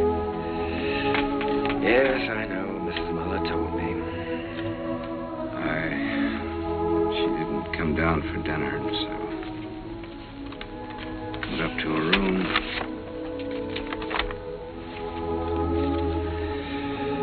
Dear Daddy, I'm going out on my own. Don't worry about me. Someday you'll be proud of me. I'll always love you. P.S. Tell Uncle Jerry I still love him. It's all my fault, Jim. I shouldn't have suggested that she'd be in the show. No, Jerry. Sally is Sally. It's time both of us faced that. Yes, I know, but I think I heard her. Well, she's got spunk, all right. Jerry, she's young. She's way too young to be out on her own. Well, now, look, Jim, don't you worry about this. I'll bring her back. I wish you'd do that. I promise you I'll try my utmost. Yeah, just as soon as you can. Good night, Jim. Why don't you get back into bed and get some rest? Yeah. I left no stone unturned trying to find Sally. Personal ads, private detectives. But the answer was always the same. No one had seen her. It was a futile hunt. I tried to keep Jim's hopes alive, but I think he knew. And then, one night... Please don't mention that I telephoned.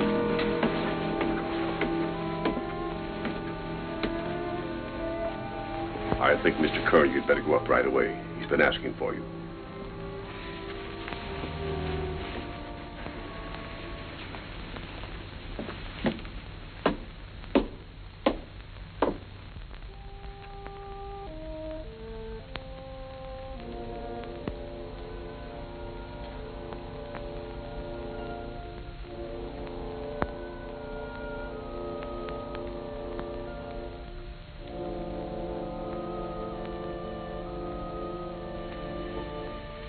Jim.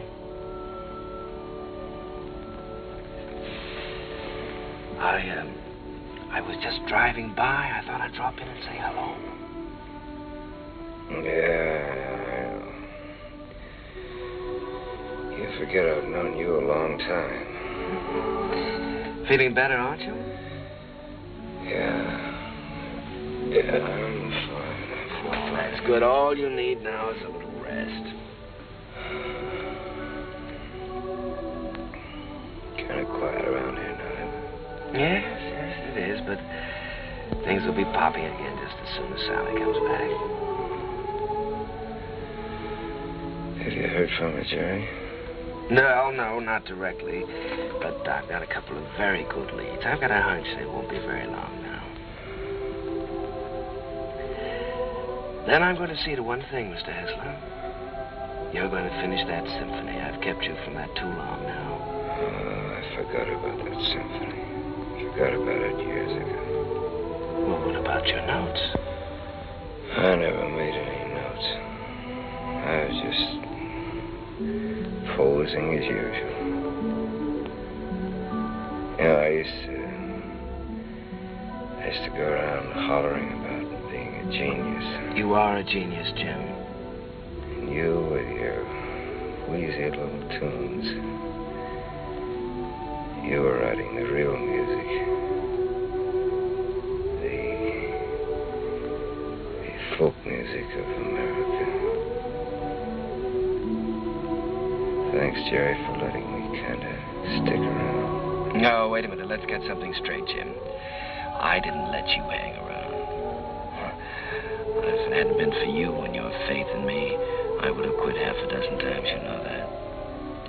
And if we're going to start handing out bouquets, I just want you to know that I don't know where to begin to thank you.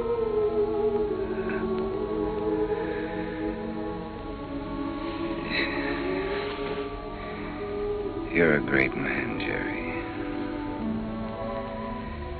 It's been a privilege getting in on that music.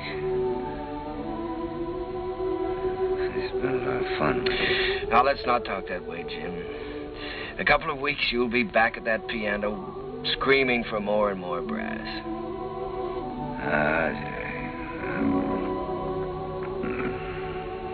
This looks like time for strings. Jerry, if I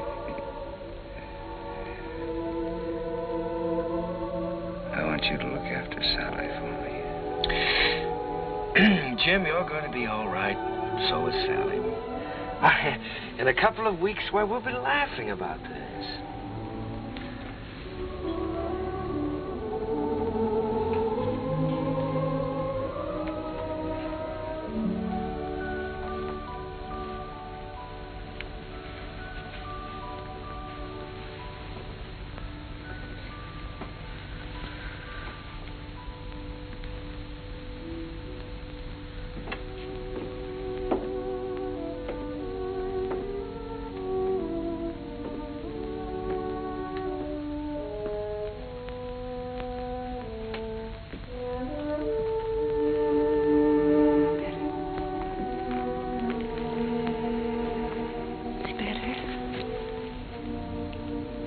If I made some coffee.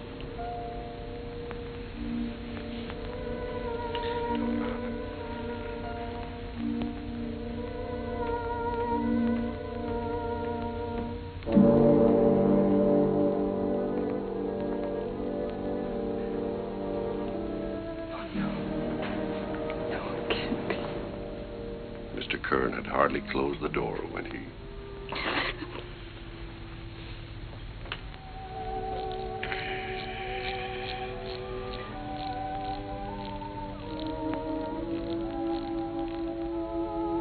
I was completely lost, completely helpless.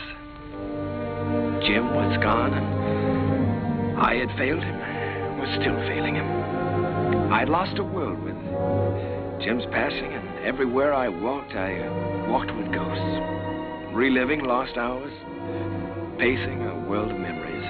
I couldn't even think in terms of music. I began to feel that I might never write again.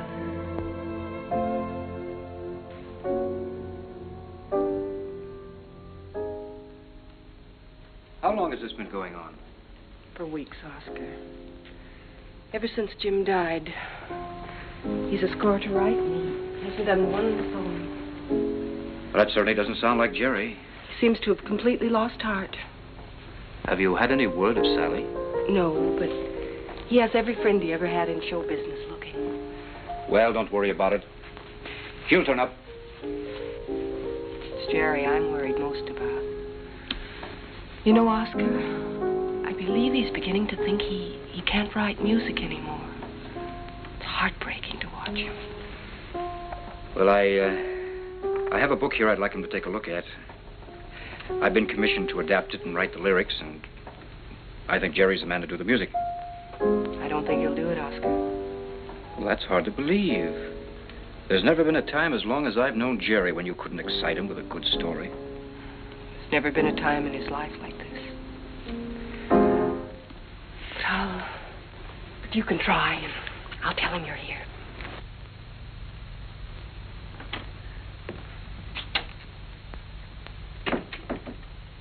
Hello. How's it going, dear? Oh, fine, darling, fine. I was just tinkering a little bit with the melody, but it's going to be all right. Of course it is. Aye, it is raining, isn't it? Jerry, Oscar Hammerstein's here. Oscar? Oh, darling, why didn't you tell me? Oscar, come in. Hello, Jerry. My goodness, it's good to see you. Won't you sit down? Sit down. Thanks, Jerry. Well, what's new? I'll tell you what brought me out here, Jerry. I came across a novel that I think's going to make a great show. Now, if you'll do the music, I'd like to do the book. Oscar, I'd love to. I really would, but, I have so many commitments right now that I don't think it wouldn't be fair to you or anyone concerned. Suppose I leave the book with you and you glance through it when you have time. Oh, it's no use, Oscar. Well, I'll leave it anyhow. See you next week. Won't you stay for dinner? I'd certainly like to, but I have to get back to town. Bye, Eve. I'll see you to the door, Oscar. Bye. Bye.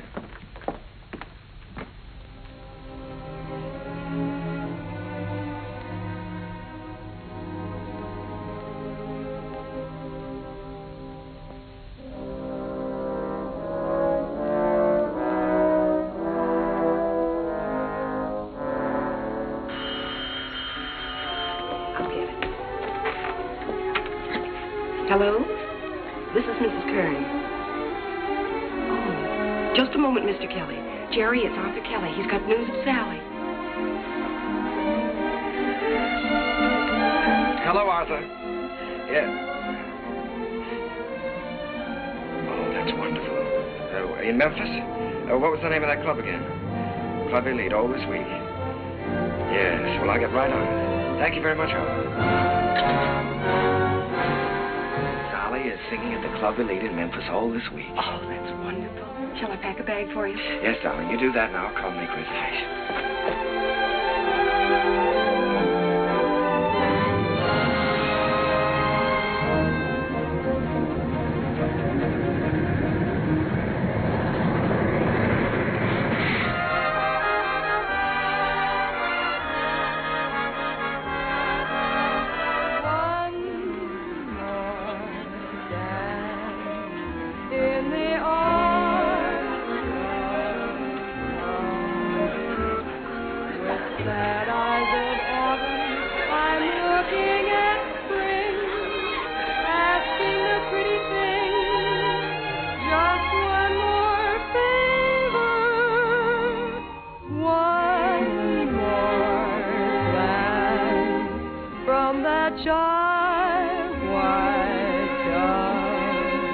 One more night, if you will. One more flight, one more thrill. One more dance, if you will, with me.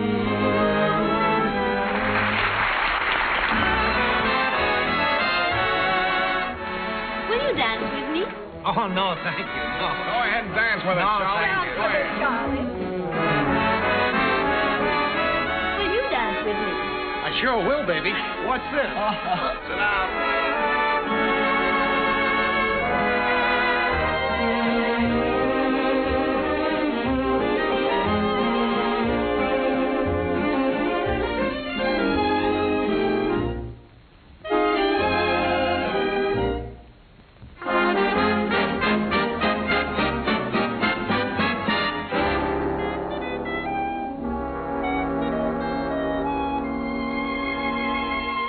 What you're losing by constantly refusing to dance with me. You'd be the idol of France with me, and yet you stand there and shake your foolish head dramatically, while I wait here so ecstatically. You just look and say emphatically, not this season, there's a reason. I won't dance, don't ask me. I won't dance, don't ask me. I won't dance, madame, with you. My heart won't let my feet do things they should do. You know what? You're lovely. So what? I'm lovely. But oh, what you do to me. I'm like an ocean wave that's bumped on the shore. I feel so absolutely stumped on the floor. When you dance, you're charming and you're gentle, especially when you do the continental. But this feeling isn't purely mental. For heaven rest us, not asbestos. And that's why I won't dance. Why should I? I won't dance. How could I won't dance. Merci beaucoup. I know that music leads the way to romance. So if I hold you in my arms, I won't dance.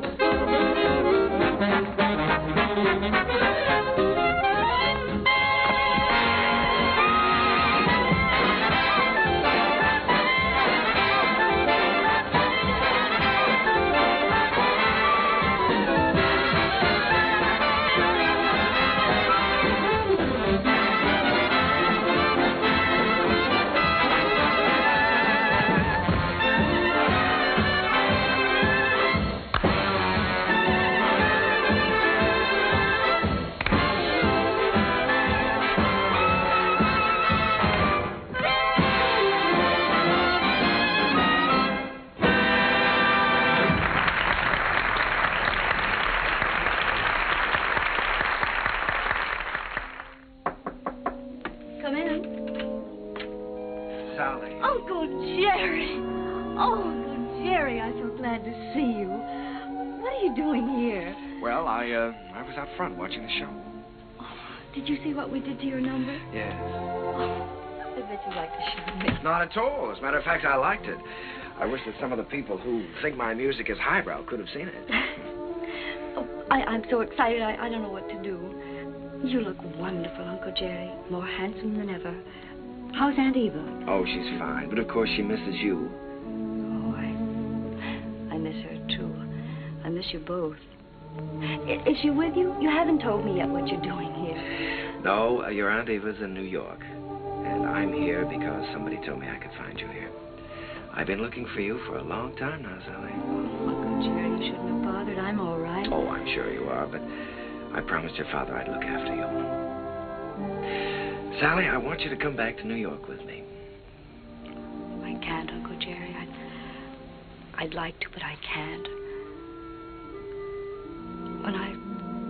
When I heard about my father, I never realized he was so ill, Uncle Jerry. You know I never would have left him. I know that, Sally. When I heard about him, it was as though someone had forced me to look into the mirror for the first time. I loved him very much, and I knew I'd broken his heart.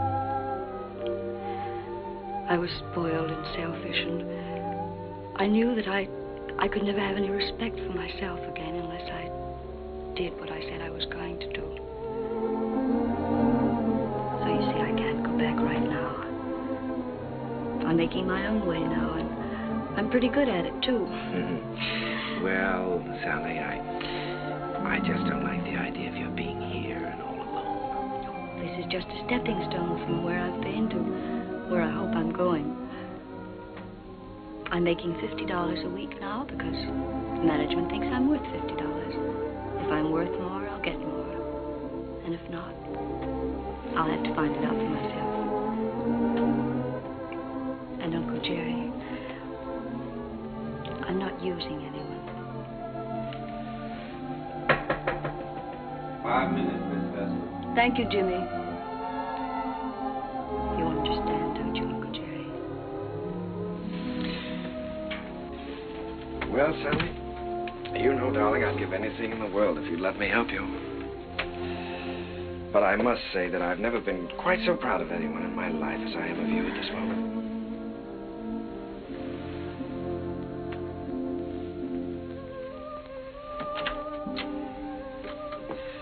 Good luck, darling.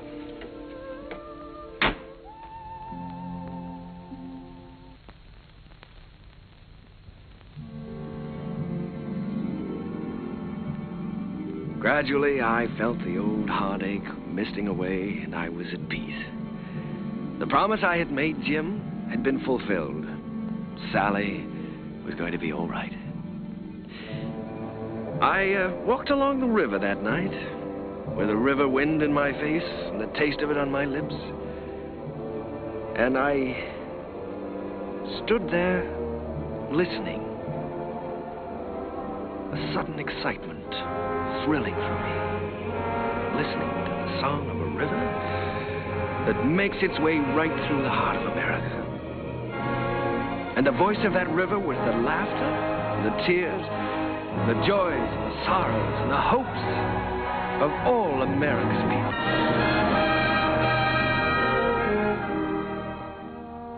Well, Joe, that's my story. It's too bad Mr. Hessler couldn't have been there tonight, Mr. Kern. Oh, he was there, Joe. He'll always be a part of any music I ever write. Whatever happened to Miss Sally? Well, I don't know exactly. She's on her own now. Maybe I'm just getting tired of something, but ever since Jim's been gone, I feel like everything is sort of ending for me. Maybe my music is ending too, Joe. Ending? After that show tonight?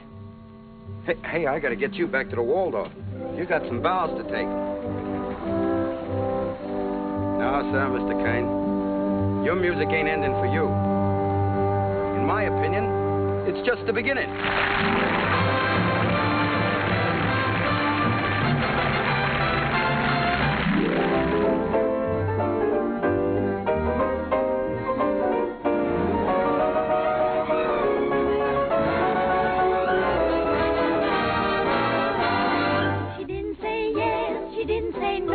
She didn't say stay, she didn't say go. She wasn't so sure that he'd be good. She wasn't even sure that she'd be good.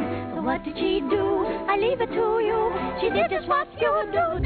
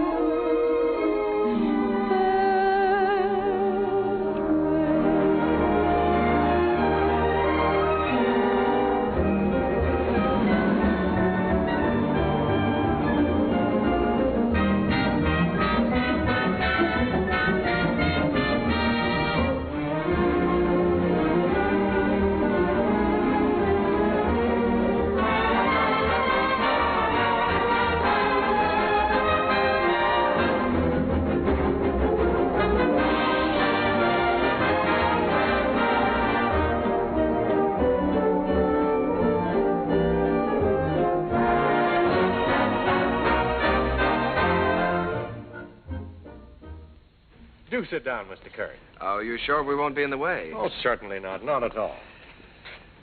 Well, I can't get over this, Mr. Artide. We certainly don't grow stages like this on Broadway. Darling, look at the size of that orchestra. Well, you have everything in the world to work with here. That's right, Mr. Kern. We've tried to give you the best of everything. Yes, that's so. What was the number you were going to do today? Well, we found an old song of yours that you did first in 1917, called The Land Where Good Songs Go. Oh, I'd almost forgotten about that one. We're using it as a frame for some of your other songs. What star is going to sing this? Well, Mr. Kern, as a matter of fact, we're trying out a newcomer. Oh, a newcomer. This girl did a test for us in New York, and it impressed us, so we flew her out here. She hasn't done much yet, but we have great hopes for her. Quiet! All right, girls. We're ready. Ready for a take. All right, let's try one. Places, please. Okay, Charlie. Hit the lights. Quiet. Okay, rolling. Action.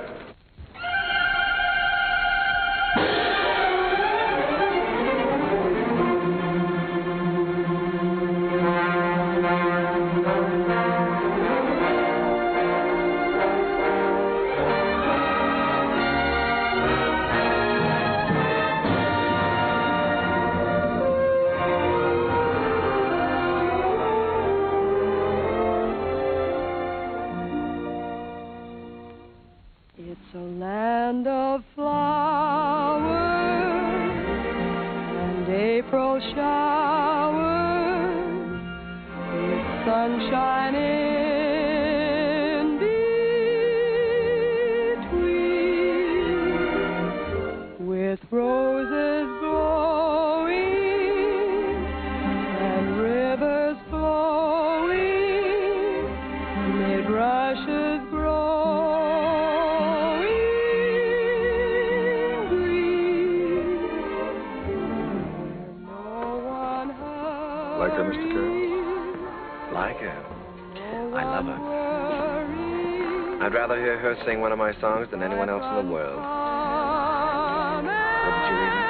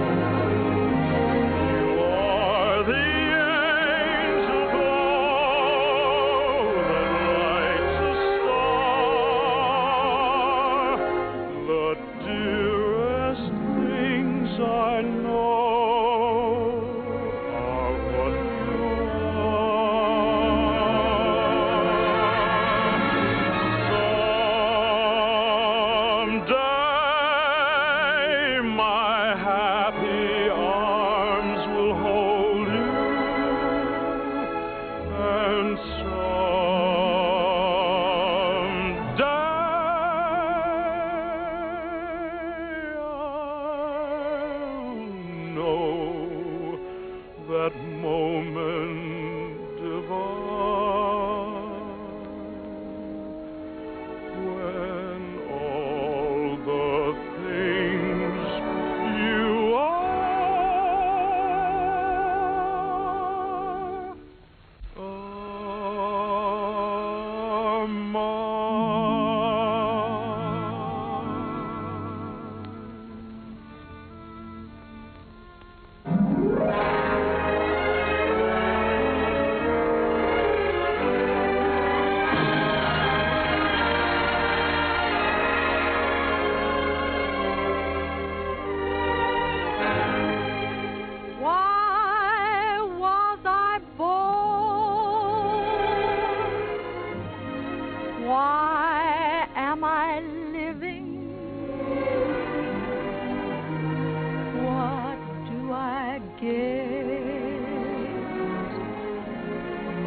what am I giving? Why do I want the things I dare not hope for? What can I hope for? I wish I knew.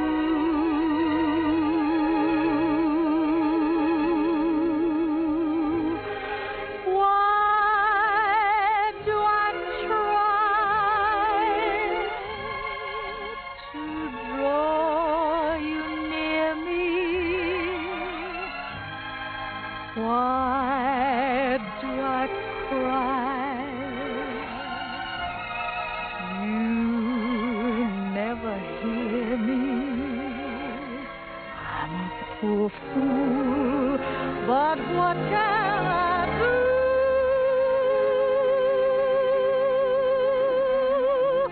Why was I born to love?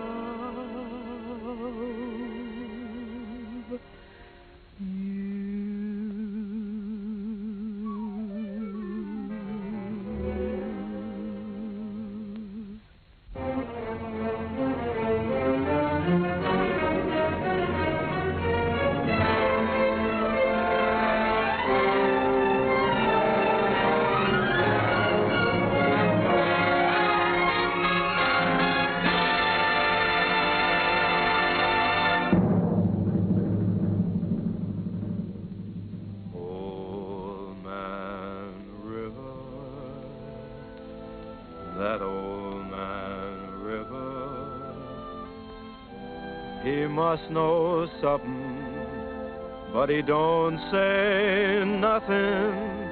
He just keeps rolling.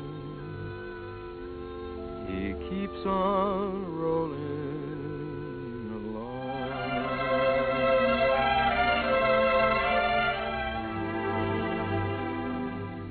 He don't plant taters, and he don't plant cotton, and them what plants some is soon forgotten. But Old Man River just keeps rolling along.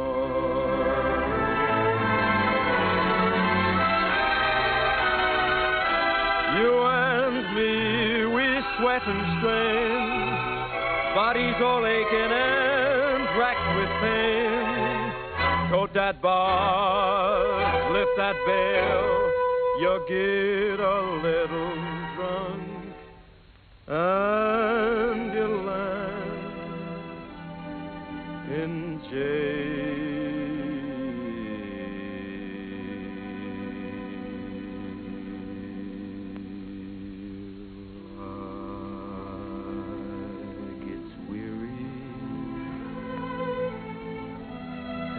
So sick of trying, I'm tired of living, but I'm feeling